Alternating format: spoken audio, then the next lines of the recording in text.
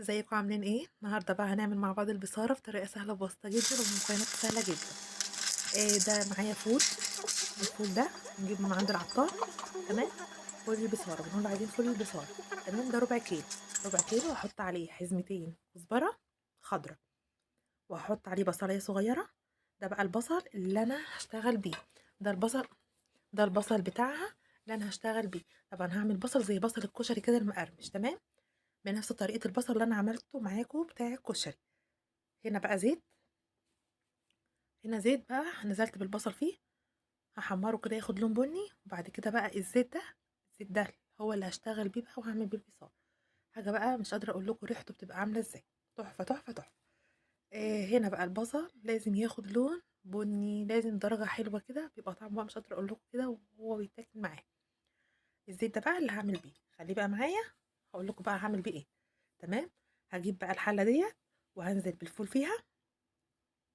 اول حاجه نبدا بالبصل. اول حاجه البصل نبدا بنعمله كده ونحطه على جنب، ونبدا بقى نشتغل في البصل. طبعا انا مش ببوظ الفول ولا حاجه، بغسله بس غسل كويس كده لحد ما ميته تبقى لونها نظيف. وبعد كده بقى بنزل عليه ببصلايه صغيره وقرن فلفل حامي، ده اختياري. تمام. ومعلقتين وحزمتين الكزبره وفصين توم. الربع كيلو بحط معاه حوالي 3 فصوص او فصين توم كبار. وهنزل بكوبايتين ميه. وايه بقى طبعا البهارات بتاعتها معلقه كمون كبيره. طبعا البهارات كمون ده اساسي، بس مش بنحط اي حاجه غير الكمون بس.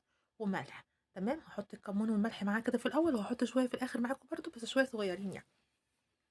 بس بقى هحطها بقى على البوتاجاز تستوي، وبعد كده بقى الزيت بتاع البصل هقول لكم بقى هعمل بايه.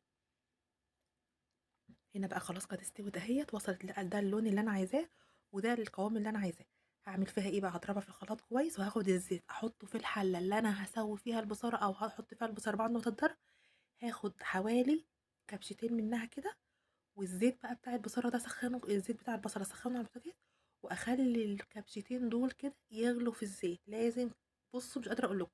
بعد كده بقى انزل بقيه البصاره اللي انا ضربتها في الخلاط على الكبشتين دول كده، مش قادره اقول لكم بقى بيودوها في حته تانية خالص. احط بقى شويه كمون صغيرين خالص، شويه ملح. واسيبهم بقى يغلوا كويس كده، غلوتين بس خلاص. وخلاص كده هي كده خلاص البصاره خلاص. وخلاص بقى هسيبها بقى ايه، تغلي كده زي ما انتوا شايفين كده. بس خلاص هبدأ بقى افضيها. لو انت بقى حابه تحطي نعناع ناشف او ملوخيه ناشفه، تمام. هو مش بيضيف اي حاجه يعني، بس طالما انا حاطه كزبره تمام. بس وده بقى كان شكلها. هقدمها بقى، احط على وشها البصل واقدم بقى معاها جرجير. يلا بقى بالعيش بقى، ومش قادره اقول لكم بقى، مش قادره اقول لكم كانت عامله ازاي. والله العظيم كانت تحفه تحفه، حاجه كده